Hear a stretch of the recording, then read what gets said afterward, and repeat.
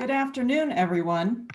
Welcome to our first virtual event, Coloring San Antonio with Bright Spots of Hope. I'm Jennifer Bennett, President of Impact San Antonio. Each year, the Women of Impact join together to fund significant grants to local nonprofits that serve critical needs in the greater San Antonio area.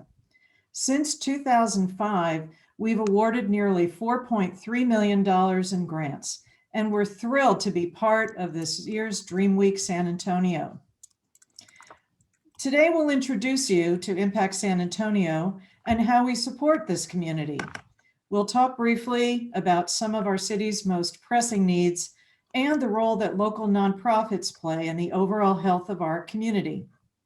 To bring this to life, we've invited 3 recent Impact San Antonio grant recipients to join us today, and we will have an interactive panel discussion.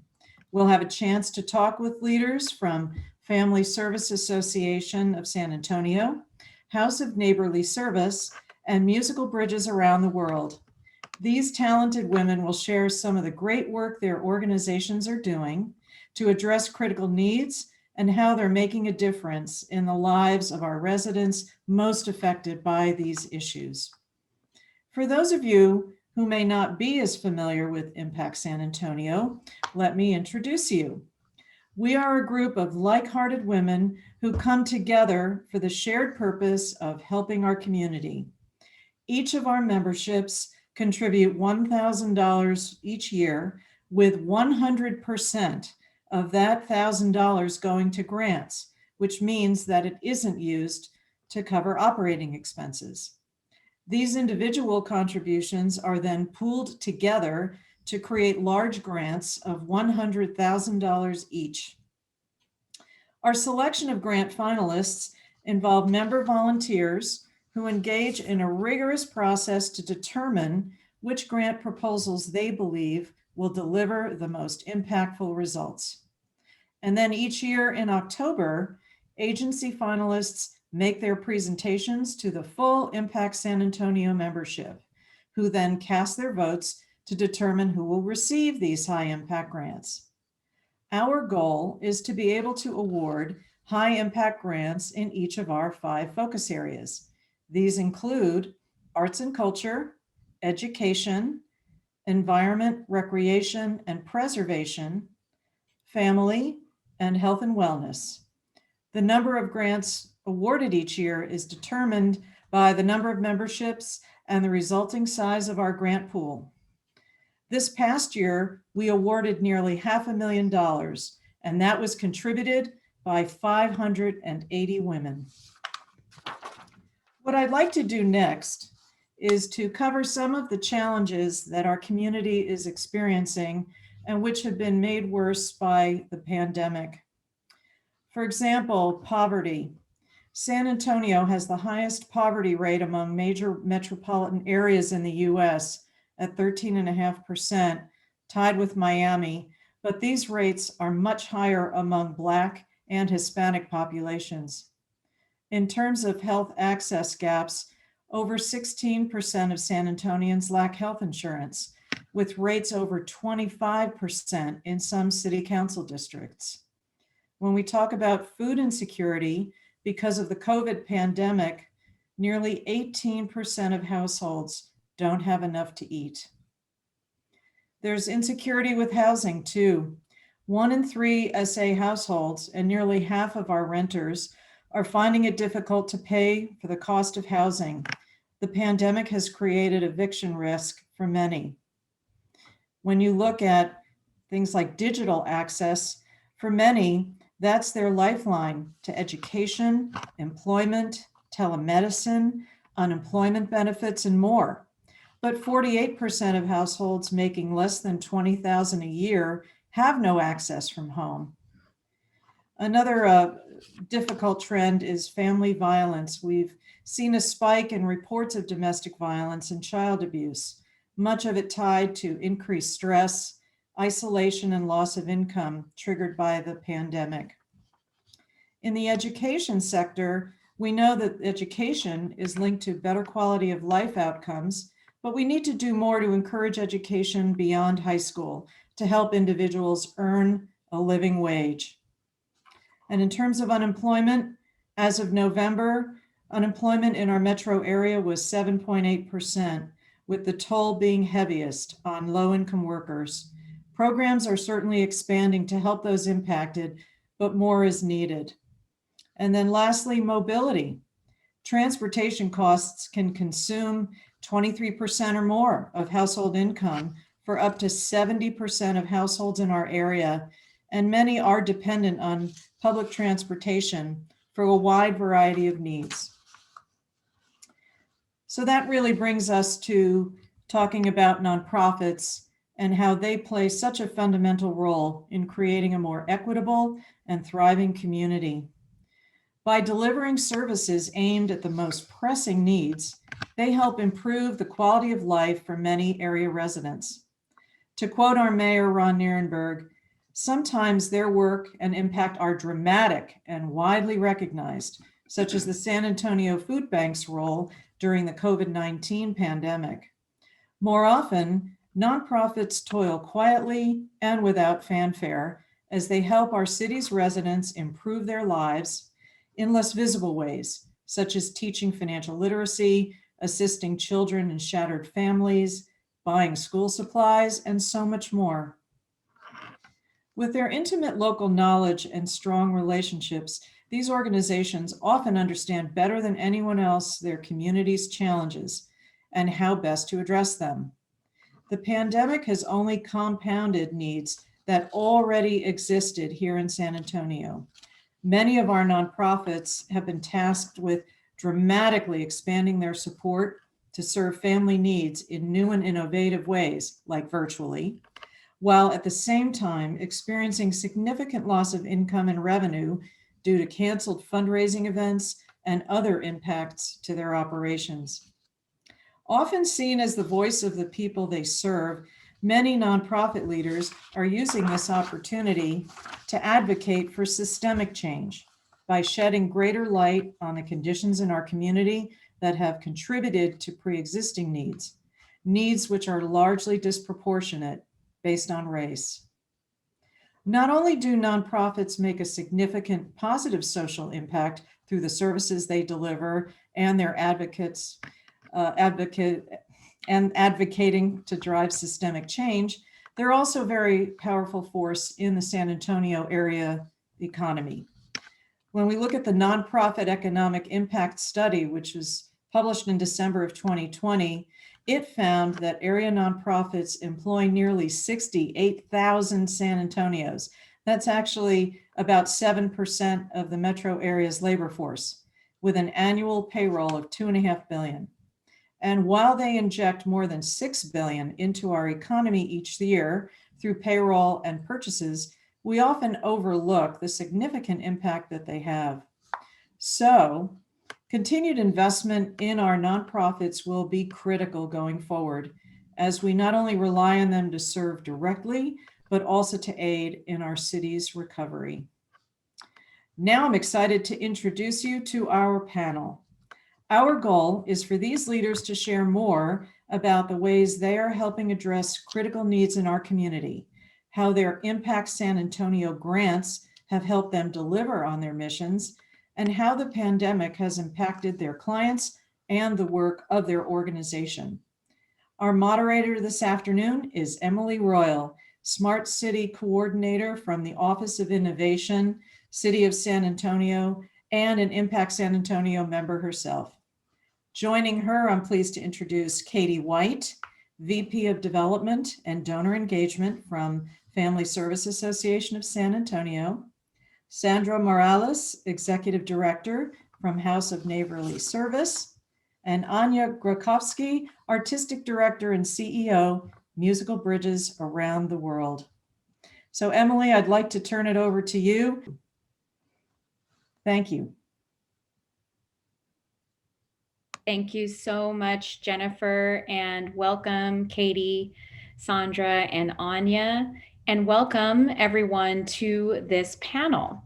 What incredible information we just got from Jennifer regarding the impact of local nonprofits in our community. And today we're going to expand that dialogue and explore the critical role that those nonprofits play in our community through a conversational dialogue with these three leaders who are active in this space. Specifically, we'll take a look at the state of the nonprofit ecosystem in San Antonio and certainly address how COVID-19 has shaped it. And we'll ask, what are some of the greatest challenges that are facing nonprofits in our community today and in the future?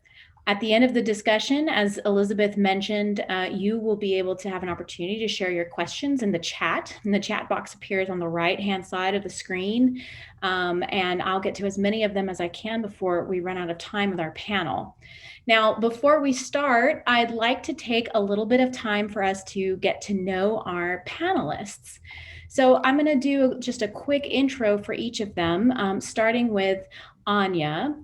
Anya received her bachelor's, master's, and doctoral degrees in piano performance from the Russian Academy of Music in Moscow, Russia.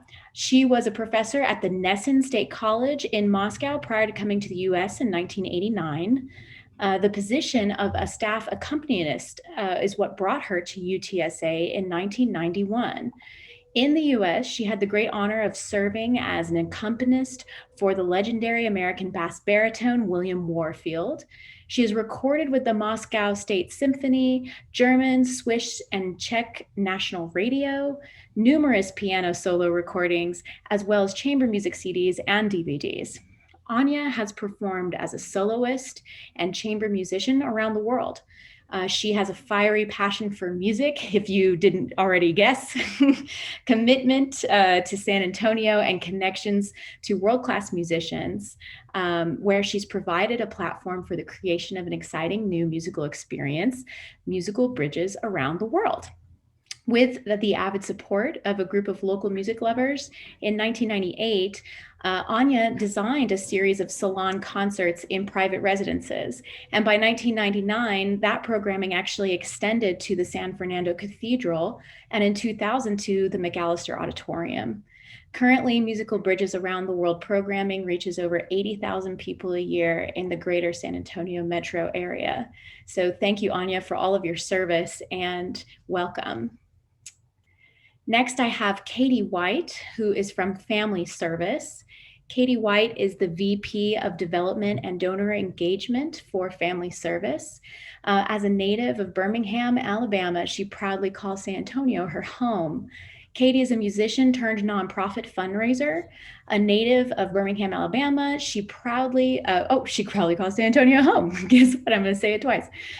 Katie has had more than 10 years of professional nonprofit experience and is skilled in nonprofit fundraising, donor cultivation, donor portfolio management, grant writing, event management, strategic planning, and marketing.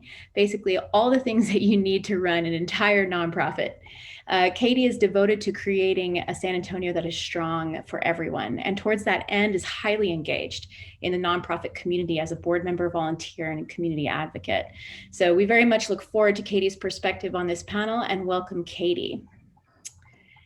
And last, I have Sandra A. Morales of the House of Neighborly Service. Sandra is the executive director at House of Neighborly Service, a place that she calls her second home. The nonprofit world opened its doors to Sandra in 2009 when she was hired as a parent educator at the House of Neighborly Service while working on her Master's of Science in Organizational Leadership at OLLU. In 2011, Sandra took on the role of program assistant, and it's this opportunity that actually gave her insight into the role that nonprofits play, particularly in the West Side community, and the impacts of the services of House of Neighborly Service.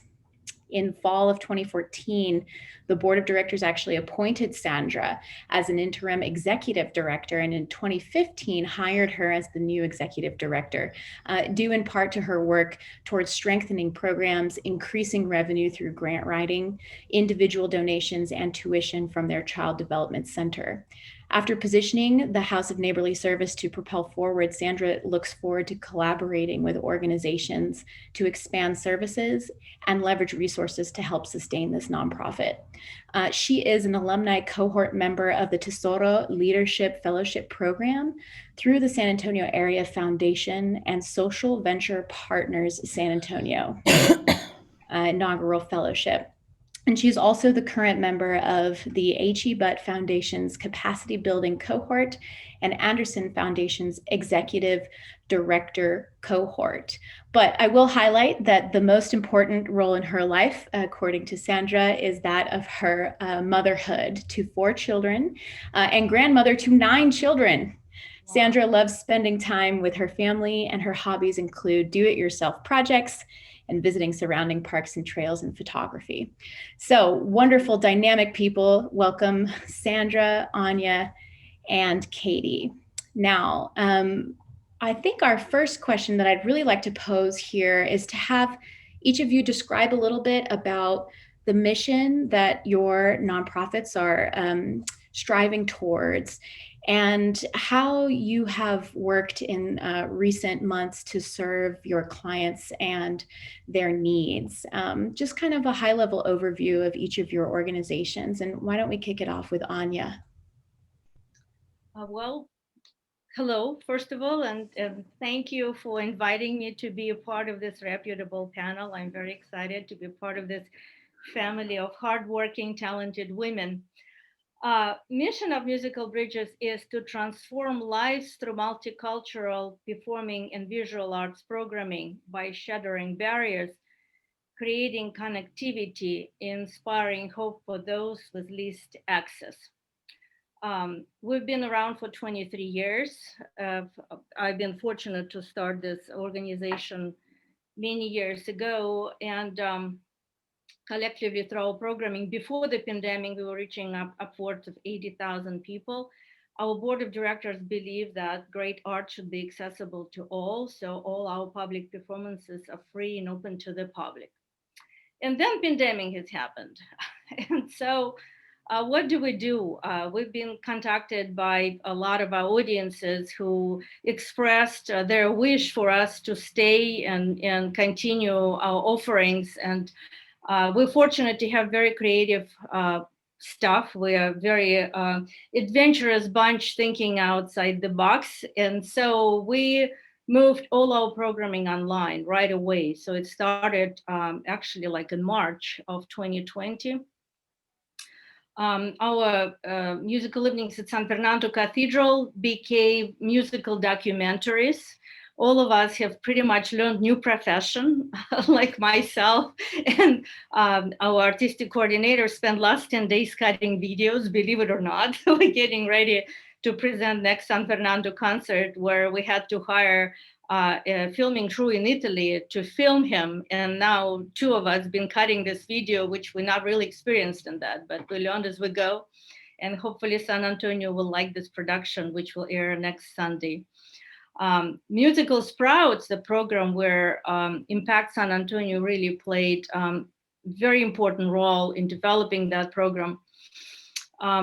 Before the pandemic, the program looked the following way. We would hire curriculum writers. We would create 3 culturally specific curriculums, which we would disperse through schools which were participating in this program, and research in our partnership with UTSA. This program is part of the research. Now, when pandemic happened, schools got shut down, and our teachers were calling and asking people, help us, we don't know what to do. And so we had to reshape that program. We moved it online. Not only we moved online the musical performances of it, we moved the curriculum online. We had to, in order for this program to stay as a part of the research, which is a part of the partnership with UTSA, we had to ask curriculum writers not only to write curriculum, but also to videotape the lessons, so all of the children, no matter which way they will get this information, through the classroom disbursement, through schools, or some other way, they all will get the same application. And if it wouldn't be for Impact San Antonio, that wouldn't be possible because everything costs a lot of money. We all know that, and teaching and the curriculum writers and streaming and production and all of it is extremely expensive. But it's been really great help to the schools. We get wonderful results from this program, and it's been a great help to the teachers. Excellent. Thank you. You skipped ahead just a little on the COVID-19 impact, but no problem. Thank you so much, Anya. All right, so let's move on to Katie. So Katie, tell us a little bit about your organization's mission and the clients that you serve. Thanks, Emily, and good afternoon, everyone. Thanks for having us here. Thank you to the wonderful women of Impact San Antonio for all you do to make our community bright and hopeful and good, and we couldn't do it without you, and I mean that sincerely from the bottom of my heart. Well, Family Service is an amazing organization. Our mission is rooted in empowering individuals and families to transform their lives and strengthen our community. We do that. We've done that for over 118 years, and we do that by working through the social determinants of health framework through our trauma-informed care lens, ensuring that over 56,000 individuals every year have the barriers in their life removed so that they can thrive in life. Social determinants of health are conditions in people's lives based on where they are born, raised, live, work, play, and age, which affect health, quality of life, and life potential. Our services work through that and through the 5 pillars of those, which are economic stability, education, health and healthcare, social and community engagement, and neighborhood support.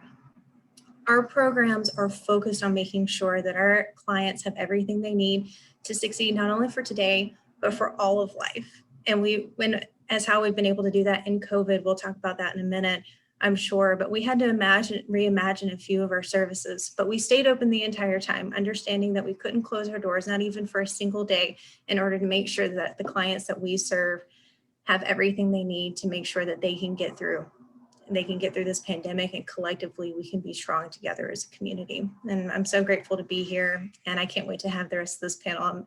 I'm really excited to hear what everyone's questions are and what we all have to say together. Awesome. Thank you, Katie. And Sandra, tell us a little bit about your mission and the clients that you serve. Thank you, and good afternoon. I'll reiterate what the what the other 2 ladies said. Thank you to Impact San Antonio. If it wasn't for you, we wouldn't be able to do the work that we do. But House of Neighborly Service has been around for over 100 years now, and we serve primarily the west side of San Antonio. So we focus on 3 zip codes, the first being 78207, which we are located in, 78228 and 78237. And we serve, again, the majority are low-income Hispanic individuals, families, and seniors. And we provide, we have 4 focus areas, which are family support, child development, food security, and senior health. And so we range from the very young to the very more mature people, individuals within our community. So, and we, like everyone else, I know we'll touch on this more later, but we had to adjust pretty quickly when COVID hit. But our mission, which I forgot to mention, is to to encourage, educate, and empower the individuals from our community. So that's what we try to do. We try to lend a hand up instead of a hand out. This is all really great stuff. So as I'm sure you all know, San Antonio has one of the largest nonprofit ecosystems in the country. Now that's pretty serious because what that translates to is that we have a large community that's in need, and we rely heavily on our nonprofit networks to respond to that need. So I'm sure all of us it resonates with us that the pandemic has only aggravated that situation. It's increased the amount of need. It's increased the number of people who are just right on the edge of needing that service and brought them immediately into your fold. So I would just love to hear from each of you, and Anya touched on this early on, was how you've pivoted since the pandemic to transform how you offer your services? And what are some impacts that you've seen COVID have on your clientele? Are you seeing new people that you did not, see before? Are you encountering new impacts to your existing clientele? How is it shaping your client base? And then additionally, how have you had to pivot in order to respond to that new demand? You want to start with me? Anybody who wants to jump in, feel free. Well, I kind of touched up a little bit about our educational program, how we had to move it online. And it's been extremely impactful because, we learn as we go. We made first program and we looked at it and we showed it to teacher and children. And then based on their response, we changed it a little bit and every production becomes better and better. And the absolutely amazing uses, like we have very enthusiastic educational director, Caleb Gonzalez. And so he called me 2 weeks ago and said, Anya, you're standing up or you're sitting down? So I needed to sit down because I said, you know what? We're getting approached by school districts from all over Texas. They're asking if we could please share with them this program, which we offer in San Antonio. That is like, it's a great honor that we can. And answering the question of expanding and finding new constituency, that sort of happened by itself. We didn't plan to share this program, and if it wouldn't be for pandemic and going online, it would not be even possible. But because it happened, it's sort of on the way blessing in disguise. I don't know. So now our program actually is living throughout the Texas in pretty much everywhere. Yeah, I think that this has reimagined, like I said earlier, our services. At Family Service, our work is so critical to ensure that the immediate needs of our vulnerable populations are met for today, and then to make sure that those families are also in position to make sure that they can overcome any challenge in the future. And so COVID-19 exacerbated those challenges significantly. Families that were already on the edge just push right off. So to reimagine that, we had to stay open. We had to make sure that our services, it wasn't even a pivot. It was just, we have to add this into our in-service model, right? There, like Jennifer mentioned in the beginning, so many of our clientele don't have access to internet, right? So how can you be online for services if you don't have access to internet at home? And so we remained open. We continued our in-person services. We continued and added an online aspect to make sure that we could keep people safe, right? We've been wearing masks and staying apart and everything that we can do. But it was really important. We saw an 800% increase in emergency assistant needs in the height of 2020. 50% of our families lost their jobs or had reduced hours, and we saw and served an average of 1,900 families a week. Our services are that critical, but it was so important that during this time that we remained the family that San Antonio can count on. So we took our school-based classes and put them in an online format. We added telehealth for our behavioral health services. Our teen tech center opened up to make sure that our teens could be able to do their homework in our center and had access to online technology. Our staff, best of all, went and delivered food and hygiene supplies and everything that clients needed directly to their homes, of course, being very safe and leaving it at their front door. But those are the things we did just to make sure that our clients were supported and that we achieved our mission of empowering individuals and families to transform their lives and strengthen their community, not only when it's convenient, but at all times when our family needs us. And I have to echo what Katie just said because, the community that we serve were facing challenges prior to COVID. So when COVID hit, it just multiplied those challenges. And so we didn't see an option we didn't even consider closing because, as Katie mentioned, it was just critical to keep the resources that we had and to provide those to the community during the pandemic, even to today.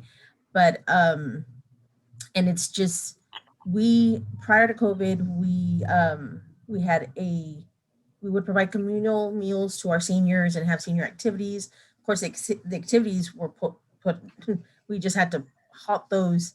And so we ended up just automatically shifting to curbside pickup and then delivering meals. And we started with our staff, using our staff to deliver meals to our seniors. And at the beginning of the year, we were serving about 400 meals a month. By the end of the year, towards the end of the year, we were serving about 1,300 in a month. So that, that was a significant increase. Also the need for hygiene and cleaning supplies, because for our families, it was either difficult to find in the stores. For our seniors, they were afraid to venture out, the fear of going and being amongst other people. So we started to provide those items as well throughout the pandemic. And our childcare center, I mean, our families, a lot of our parents were considered essential workers, or still are considered essential workers. So there was, we just had to keep our doors open throughout the entire time.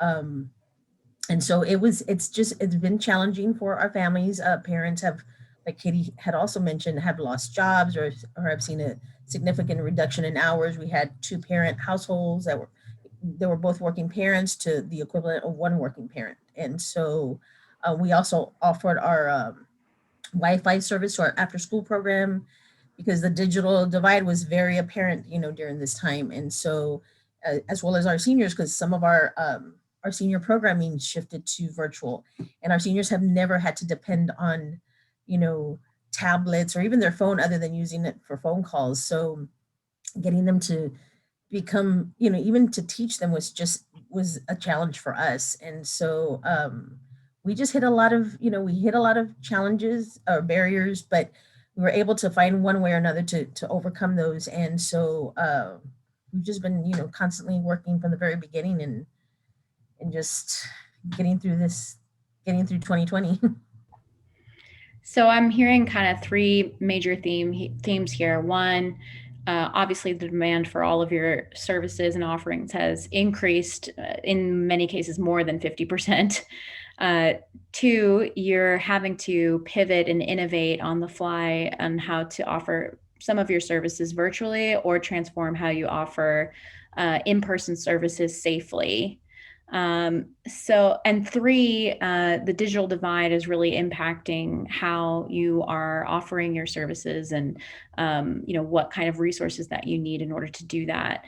So I'm kind of curious if you could comment on what impact this had on your staff. What does this mean for you, right? You're there every day. You need to deliver services around the clock, 24 hours. How have you handled this from a staffing perspective? And what resources have you been able to lean on at this time? Have you sought grant support? Have you worked with your boards to identify new resources? How have you met the demand with resources? And that's for anybody who wants to respond. Well, I think for it was hard. It's hard leading an organization when your staff is, because the pandemic has everybody worried to this day. But to have someone come into work throughout this time was challenging to keep the morale high, because a lot of our staff were worried, of just being out. And especially when, the city had the shutdown for that short time, having to have people come in to provide services for others has been a challenge. But, we just like, I'm sure the other, 2 ladies, the staff has been just amazing. And, but I'm, as many of us know, the nonprofit sector is not, don't go home with a big paycheck.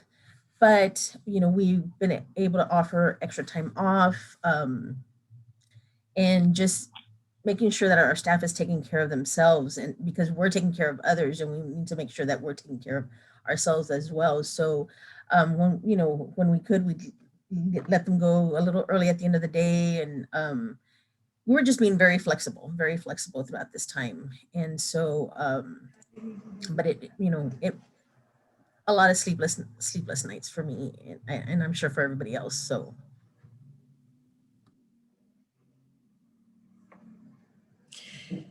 I have to echo what Sandra said. I think a lot of it has just been responding as we go. But we have an incredible staff who are dedicated to our clients. They follow up, they make phone calls, they go to their houses, they make sure that they stay connected. And those are a million to one when you find good staff that are willing to be dedicated to your community and the people you serve like that. That's an incredible treasure that you have. And of course, I would be remiss to not say that, having a CEO that's really headed up and has been here every single day we have, to make sure that we're here and that we're supported. We've had an incredible board that has stepped up and said, what do you need? How can we help? How are we going to get through this? So it's really been all hands on deck. And then of course, being open to, having to figure out some new things and trying to say like, okay, what do we do now? I remember one thing we had early on was our EAP services, which provided financial and mental health counseling and support to not only our staff and our clients, but also to the community, making sure that, if a life circumstance did change, that people weren't just pressed to the point of breaking, right? That they had a family that families can count on in us, but that we also told staff too, that you can reach out to these services for yourself if that changes for you. But I will say that our staff has been incredible. I really can't speak highly enough of them. Whenever I get to talk about the good work that they do on behalf of the clients they serve, it's really like, no, that's all them. They do the good work. I'm just here to write grants. But it's really incredible what they're able to do, and to have a supportive board and CEO that always makes this possible is really what makes the job get done. Well, in our case, we are a performing arts organization. So the fact that we're all staying intact through pandemic is a miracle of itself. Because, if we look around, unfortunately, a majority of performing arts organizations are furloughed or closed for a time being. So I'm very proud of that fact. And our fabulous board of directors played a big role in it. And this decision was made not to let anybody go. So there are just 8 of us full-time people. We stay all intact, and we even keeping our the contractor who we developed close relationship over the year. We all working together. But again, the programming, I think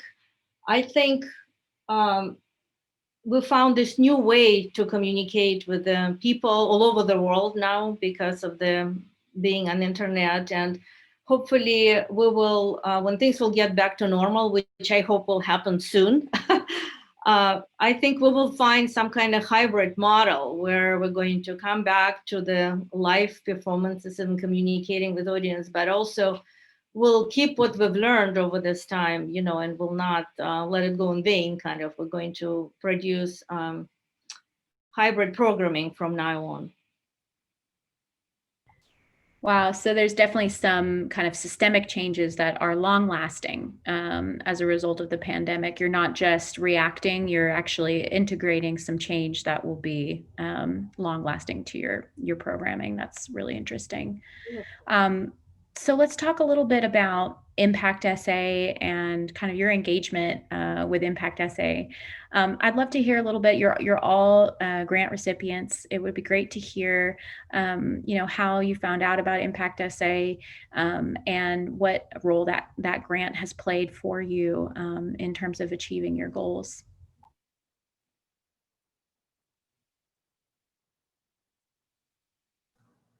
Well, we heard about Impact San Antonio several years back.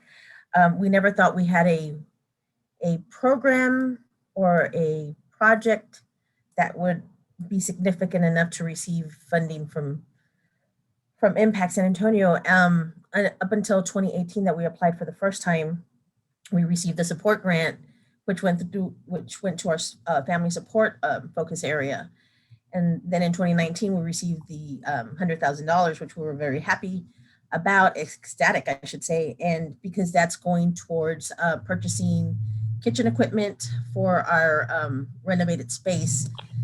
because of COVID and other things, we were running a little behind on that. But I think COVID has kind of prepared us for this because we have two amazing cooks who right now we're in a temporary office space, which is a house.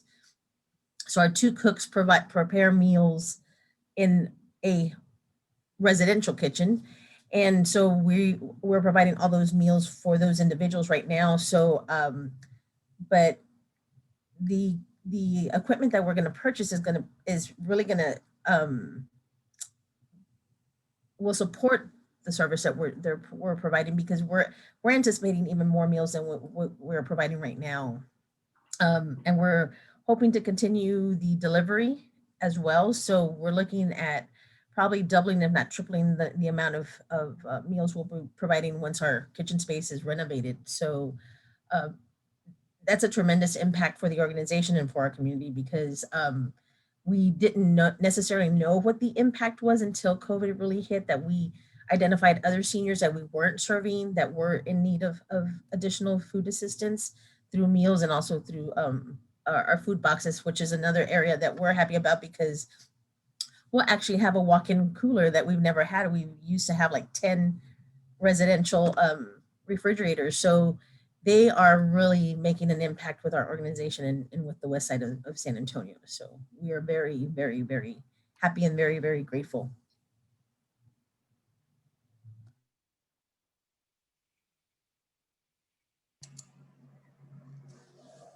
You want me to go next? Well, I can go next. Well, it was a tremendous honor to receive this grant because it's awarded by women, because it doesn't go through any kind of administrative, administrative sifter. It goes straight to people. And as a woman who, like myself, I've dedicated like more than 20 years into building this organization, that was a great validation, from women to justify the amount of work which went into creating this program. So I'll be eternally grateful. Thank you. As far as how it's affected the program, before Impact Foundation grant, the Musical Sprouts was reaching about 600 students. After we received that grant and before the pandemic, the program got accessible to more than 6,000 students. Now, because of the pandemic, and because we still have that grant, it's even like hard to tell how many people right now get impacted by this program, because a lot of people now have access to it through internet. We're working on becoming better in collecting data, who is watching and how long and where, and hopefully soon we will have that all in writing. But so far it looks like even in San Antonio only, we're serving more than 150,000 students, which originally we were planning for like 6,000. So the impact is absolutely amazing, and I hope soon we will be able to have the data to prove that. I love that. Well, I'll talk about what all Impact does, as it has done for family service. So in 2016, they invested in a security system for our Kids Share program in our Northeast office that has literally saved lives, because it means that we can actually have cameras on the outside of our building. Kids Share is a program that makes sure that children can safely be handed off from parent to parent, and make sure they have safe visitation, which is a really important part of making sure that kids stay safe and families stay supported. Kids Share is a wonderful program of ours. So having those cameras on the outside of the building, make sure that we can make sure that, there aren't people stalking our families, which does happen, right? We can make sure that if there are altercations, we can pursue with the right amount of need, right? So those sorts of things are just, you can't put a price on a child's safety, but it's absolutely been immeasurable in how we've been able to keep our families safe, especially for a program that's so cherished of ours like Kids Share, that's helped save so many lives and families and make sure that children are able to thrive in life and are exposed to less amount of trauma than they would originally have. And then of course we have this year, right, where we have our high impact grant as well. Our HVAC is getting replaced. That's $60,000 we can put back into programs like Kids Share, Or, it could be go back into our workforce development program, right, that we just started. It can go into our For Los Niños program, which partners with a very a wonderful promotora model, which are community health workers, to make sure that we are using culturally appropriate ways of engaging our clients. All of these things we can now reinvest instead of spending money on maintenance and HVACs that will never get any better. We can actually invest it back into our clients. And so in that way, the impact has really been multi-generational, and we can't thank them enough. I think it's just amazing what you can do. And I think what women can do together when we really focus on our communities and make sure that we are championing the needs of our families. I think we're unstoppable. Y'all are making me feel so warm and fuzzy inside. So amazing.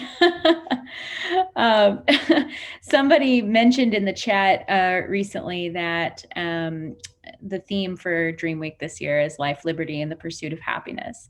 And I'd really like you to kind of meditate on that real quick as you think of maybe a client story or something in recent experience in your work, in your organization that really stood out to you in terms of the, really seeing or feeling the impact that your organization has on individuals in our community.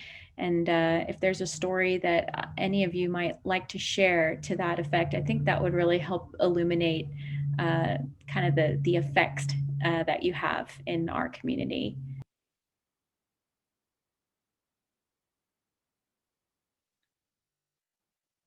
Well, I can start.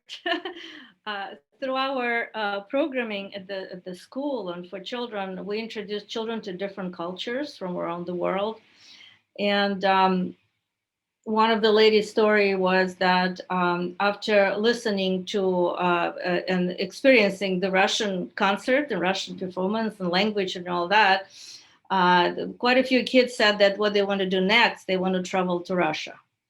And we feel that actually it's very powerful because Russia is far away, and because local children don't know much about Russia or, some other cultures, and maybe it will spark a little, interest in learning about other cultures, and maybe look through the negative news, which we're getting in a big quantity from pretty much everywhere lately, and to create that positive image of learning about the world. That's awesome. Katie or Sandra? I love the theme for DreamWeek this year. When I saw it the first time, it resonated with my heart. And, I think the reason I fell in love with family service when I came on board is that the social determinants of health are our way of focusing on upstream health. When you think about a child's abilities to succeed in school, that's a multifaceted action, right? It's making sure that the teachers are there and supported, right? It's making sure the child has food at home and make sure that they have the equipment to be able to study and homework, and make sure that their parents are supported and they have access to workforce development opportunities, right? And they can deal collectively with maybe the long-term family trauma that's been in their life, right? Through our behavioral health program. I just think this is called upstream health. And when we start investing in it, we really can have an America where we embrace life, liberty, and the pursuit of happiness for every single American, no matter where you come from in life or where you started. It's equitable, thoughtful, and persistent pursuit of all the good things that we can do when we work together and work collectively. One story that always sticks out to me so this year we had to go virtual with our gala, which that was an adventure, right? And I love, Anya, what you said about you don't want to lose all those skills. I feel like we're just going to keep the hybrid model so we can justify the fact that we learned all these new things and we're not letting go of it. But I do think about one woman in particular who was in a domestic violence situation, and our promotor has actually worked with her to get her out of that. And she was homeless for a little while, and with her 3 children who were all under the age of 5. And I got to know her because she was one client who shared her story for our virtual gala as part of it. And through our program, she was able to get back on her feet. She has an apartment and her children have beds to sleep on. She has a full-time job where she's able to work from home safely to make sure that she's able to keep her children safe. And she's in our financial empowerment program to make sure that she can learn these steps to make sure that she's financially successful in life going forward. So this is now a thriving mother with thriving children who are just happy, and even getting to know them and getting to hear her story moved me and thought, like, this is the way we work through all barriers that a client might have to life success to make sure that they can truly thrive in life. And that's when I felt like there's always that moment where you feel like you see your mission in a very crystallized and clear way.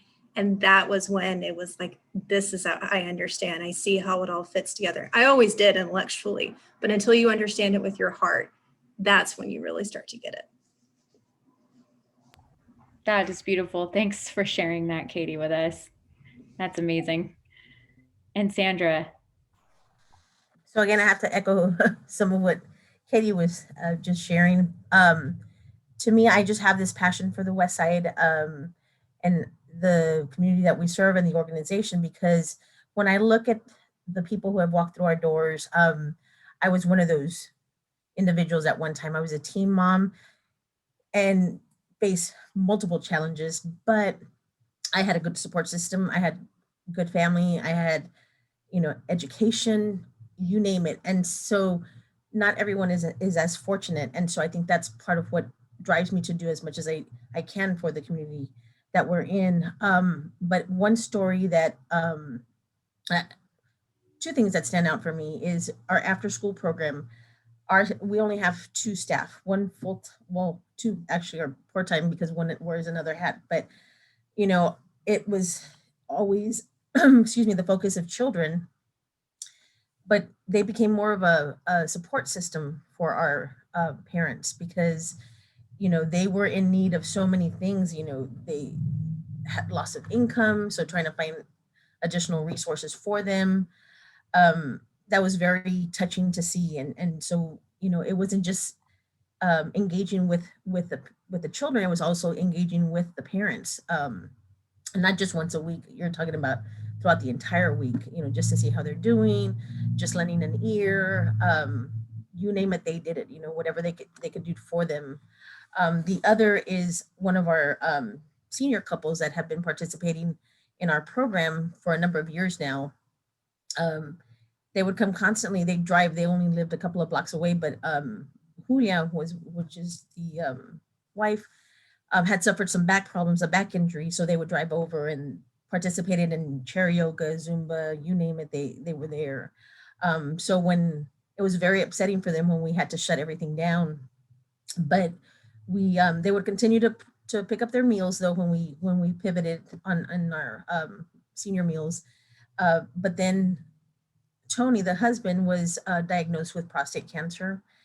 Late last year, Julia was diagnosed with stomach cancer. And so, but they continue to smile. They continue to be very resilient throughout this. And we've been able to serve them in so many ways. We have one of our community health workers that calls on them regularly to see how they're doing, provides resources, goes on home visits just to check on them, even though they live, close by.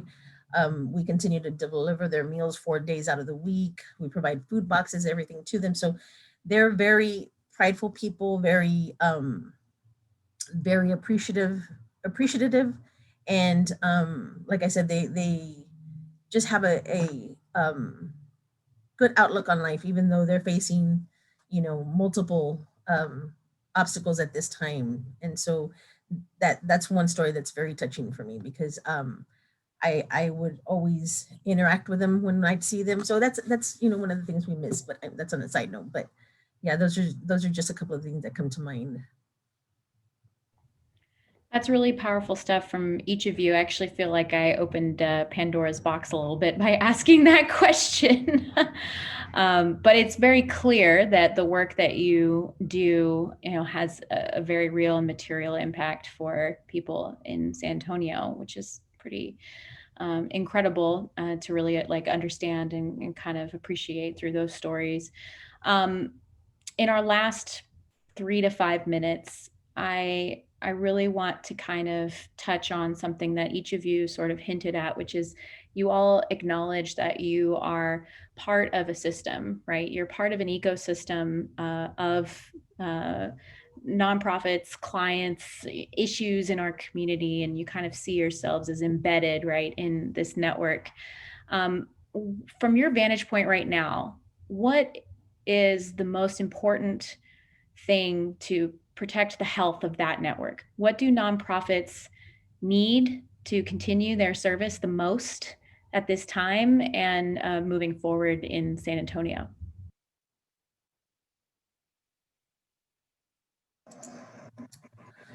I would have to, oh, sorry, go ahead. No, go ahead, please.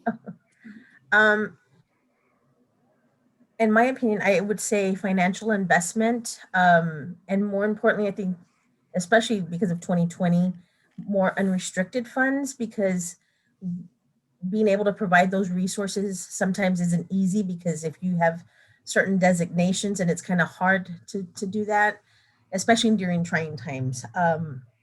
Another would be advocating really more for those nonprofits that any individual really is inspired by what they do and the work they provide. Also board service, and I would say volunteering their time. Good stuff. Katie, Anya, thoughts on this? Anya, I'll go after you. I know you and Sandra No, I'm not. like, who's gonna say first? Well, I think I want to echo Sandra's the thought that operational support, which is unrestricted funding, is always extremely important for any nonprofit, and especially during this time, because none of us know what's happening tomorrow. You know, things are changing, like sometimes on an hourly basis, and it's very important to know that we have something to, fall back onto, to support the operations and programming. As far as community, I look at things through the lens of a performing arts. I believe that for the community, anything that can lift the spirit right now and lift and give hope and bring a little beauty into life, and I think that's very important. So that's my take on this. I agree with that. As a musician, I very much believe in the power of music and its healing properties. I think that affordable, accessible art that's free and available for people to have is a key cornerstone to any successful community and society. As far as what I think for here, I think, and this might seem like a cheap answer, but I think we need more people and women like those that encapsulate Impact San Antonio. We need more of this. We need more women and passionate community leaders who understand that one day there will be a day when we don't talk about COVID. And then we begin the work to recover from COVID. Right. And that is going to take a very long time in our community. So we need to stay Mary was one of on the steering committee for the economic report that Jennifer mentioned at the very beginning, which is absolutely incredible piece to understanding why we have such an economic fixture within San Antonio and then across our country.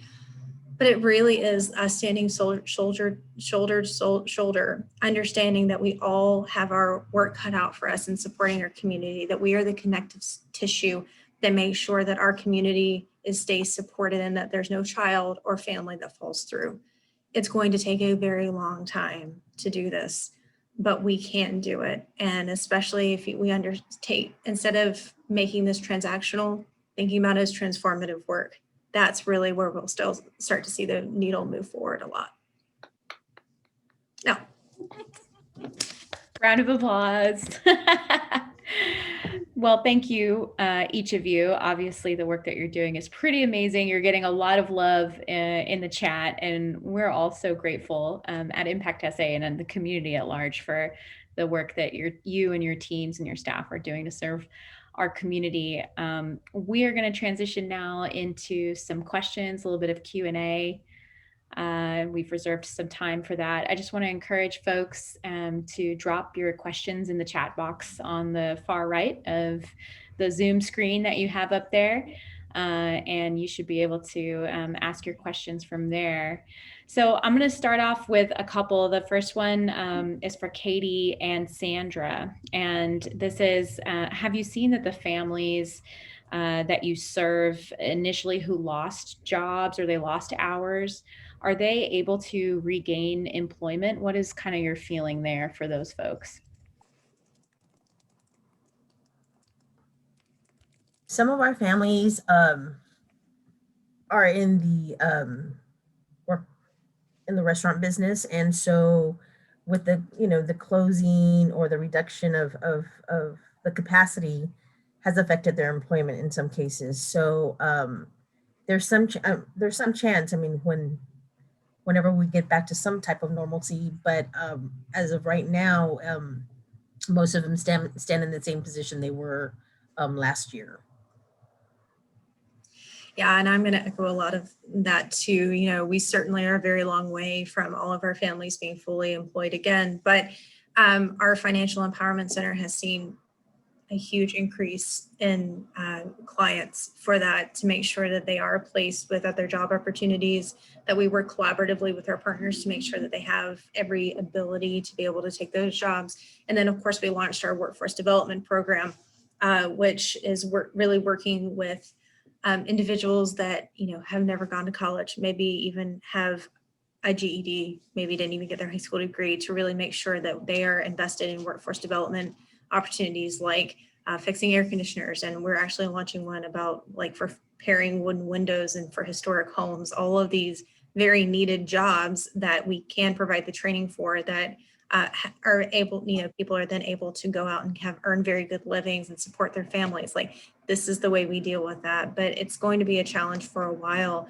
But we keep working with our families every day, working with our communities, and then also working on the funding side to make sure that we can continue to support them.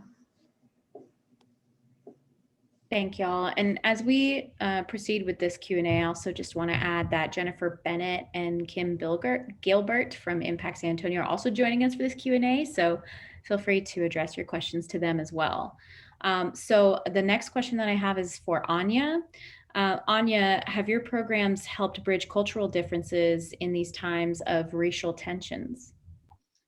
I think multicultural programming actually is a part of our mission, and everything we do has multicultural base to it. But currently, right now, we're working on a special project, which is going to go out in the fall. Actually, because of pandemic, we're delaying it a little bit. We're making a program as a part of Musical Sprouts. We call it Ella and Jill. We're going to look at the history of African American culture in America and its contribution into history through music and art. And that will be it started as we thought, we will just do a little educational program, and then it's grew and grew, and now we brought a children's writer into this, and now we created a screenplay, and now we have actors and musicians, and we're postponing filming because we didn't want to jeopardize anybody's health. And we were supposed to film it in Carver in January. Now we're moving it to March. So that will be a very interesting, unique, and I believe significant project to address this issue. Great, thank you for that. I have another question, hot off the press for Katie and Sandra. Access to healthcare has been a challenge for many in our community, only worsened by the pandemic. Have you been able to assist the families you serve during this time? So we have our community health workers that help with assisting our families and seniors with medical resources, but also because of, which I failed to mention earlier, through Impact San Antonio, we were able to create a partnership with the university, with UTESCA.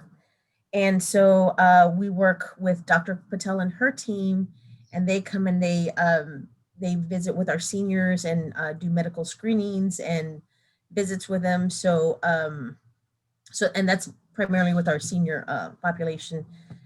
So we've created this great partnership with them. And so for our seniors who either lack medical insurance or transportation, or just because they don't want to venture out, they're able to either provide home visits, of course, using all precautions necessary, or they see them there on site at our center. So those are the two things that we're able to do. Yes, very much. Sandra, we're complementary, right? Direct services, human services. So I would echo that about Promontoras with community health workers that are making sure that our families stay connected, making sure that they also are able to get to their doctor's appointments. I think though for family service, the thing that most defines us is that health is such a broad term, right? And we embrace it in all of its broad definition, understanding that making sure that children are connected to the resources that they need as a way of us supporting health, right? But specifically for what we're doing to support the health of our community, I was joking with our director of the neighborhood place about 15,000 drive-throughs. It's actually more like 20 last year to make sure that we can continue to support our community. Some of that is making sure that they have diapers. Some of that, like this past weekend, I believe we had a partner that is part of our neighborhood place tenant. It's latched, right? And so they were supporting, or actually it's coming up this weekend, I think, but they're supporting new moms and making sure that they have all the support they need when they have their baby, right? Like all of these things to help us address the health of our community. And then of course, connecting services, just being a resource and a lighthouse for our community to make sure that they can get what they need. But the community health worker model is something that is completely effective within our communities and making sure we keep our families connected to the resources that they need at the time that they need it. Excellent. And it's great to really learn a little bit about the social determinants of health and, kind of how our idea of healthcare kind of expands to meet all of those issues as well. Yes. Go ahead, please. Oh, no, I was just going to say yes. And Mary Gar, our CEO, she has a great briefing on that about how upstream health is. So we have to invest more in that.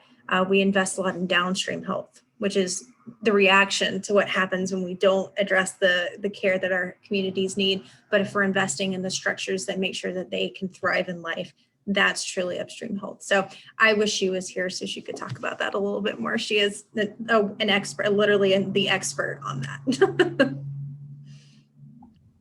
Yeah, I had not heard of those terms before, so that's something I'll definitely be looking up. My next question here is for Jennifer of Impact SA. Jennifer, how do you see Impact SA as helping the DreamWeek mission of promoting life, liberty, and the pursuit of happiness? Sorry, I was on mute. By listening to these three wonderful ladies talk about their missions and how they're delivering in the community, those are all perfect examples. We're in a COVID crisis now, so some of what they're doing is using the funds to help meet really baseline human needs, getting individuals out of crisis, which I think in and of itself, helping them be saved from all the assault they're taking, whether it's economically or health-wise or job-wise. A lot of our grant money also will go to programs like what Anya is talking about, where we're enriching the lives of children or parents, teaching them how to be better parents, funding programs that open up educational opportunities for our residents here that can truly change their life trajectory. So I think that's the power of Impact San Antonio. When you look across the 5 focus areas that we fund, those are the underpinnings of a strong community. In many respects, they parallel, Katie, what you were talking about, the social determinants of health. There are a variety of different things that need to go right for individuals and their families to help them rise above whatever challenges they've been facing in their lives. And that's why with women coming together, as many women as we do get who join as members, we're able to create this incredible pool of funding that we award each year to be able to allow agencies like the ones you're seeing today expand programs or start new ones and continue to fill in the gaps that hinder families from really living their best life. Thank you so much, Jennifer, for highlighting that. We are very lucky to have an incredibly engaged audience today, so I have some more questions for you. You're not off the hook yet. This is for all three of my panelists, Katie, Sandra, and Anya. For smaller agencies that are not experienced in applying for grants, what kind of resources would you recommend to help them write those grant applications?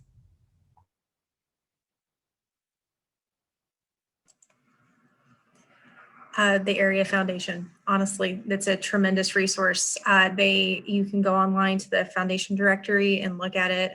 They also provide classes, and the internet taught me how to write grants. I say that I didn't go to school to write grants. I went to school to study the flute. So I learned by doing too, and I think that's the best thing you can do is just keep learning, keep trying, keep getting rejected, keep figuring out why, and keep starting over again. That's the frustration, resilience that we talk about, making sure that we are able to pick ourselves up and back. But yeah, I'd say learn, just ask questions of great grant writers, figure out what they do and what they don't do. And sometimes it's, oh no, I haven't gotten funded there either. I don't know why. And that is the answer. But check out the Area Foundation. It's an incredible resource to the San Antonio community that we have such a strong Area Foundation that's dedicated to educating the nonprofit community.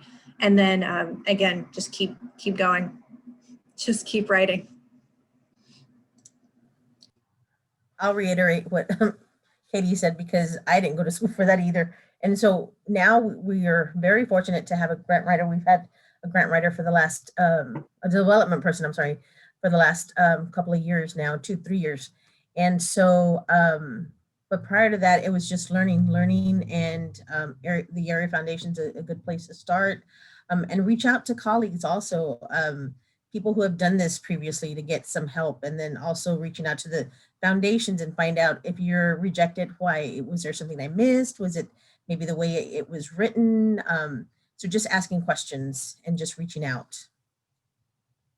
Well, I also would say make sure that your program is really impactful and really needed in the community. And then the only way, you just have to learn to describe it. And yeah, I'm an example of making gazillion of mistakes and beating my head against the wall for many, many years until, we've learned to do things. So it's just determination.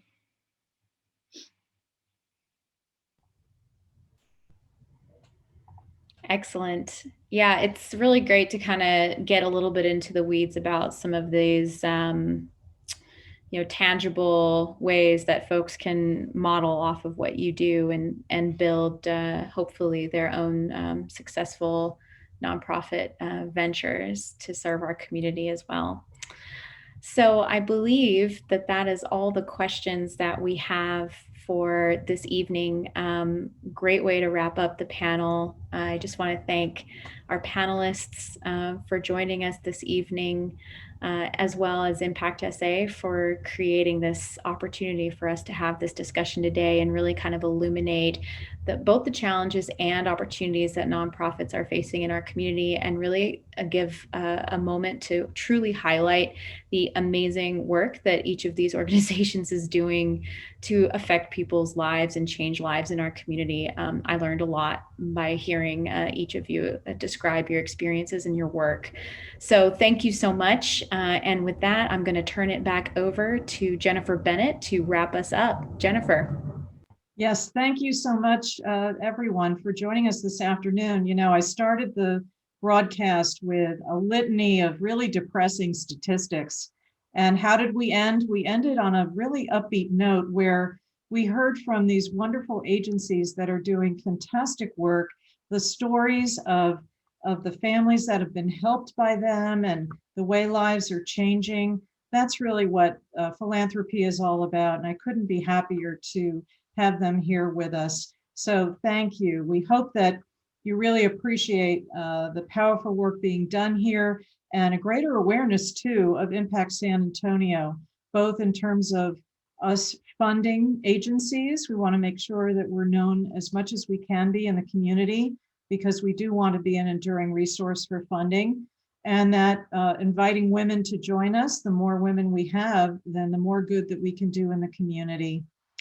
To learn more about our 3 organizations that were on the panel, we have their website addresses here. So feel free to go to their sites to learn more. And if you know of folks who need to take advantage of their services, I think you'll be able to find what you need going there. They're all serving in such a wonderful way. So again, it's really all about together, us making a difference. And then lastly, again, on behalf of Impact San Antonio, we are holding a range of events coming up. This is a kickoff for our membership drive. We've gone virtual too, to be safe. There are several happy hours that you'll see here, and a virtual kickoff event where we've got some great members, nonprofit agencies, and some exciting special guests who will be joining us. And then something new we're trying, this Member in Motion drive-through with music and information, and getting to meet current members, or perhaps joining or renewing your membership. This is all us showing the community of women coming together for a shared purpose to help our community. That's what it's really all about. So we look forward to seeing you at one of our events in the future. And thank you so much for joining us this afternoon. We loved having you.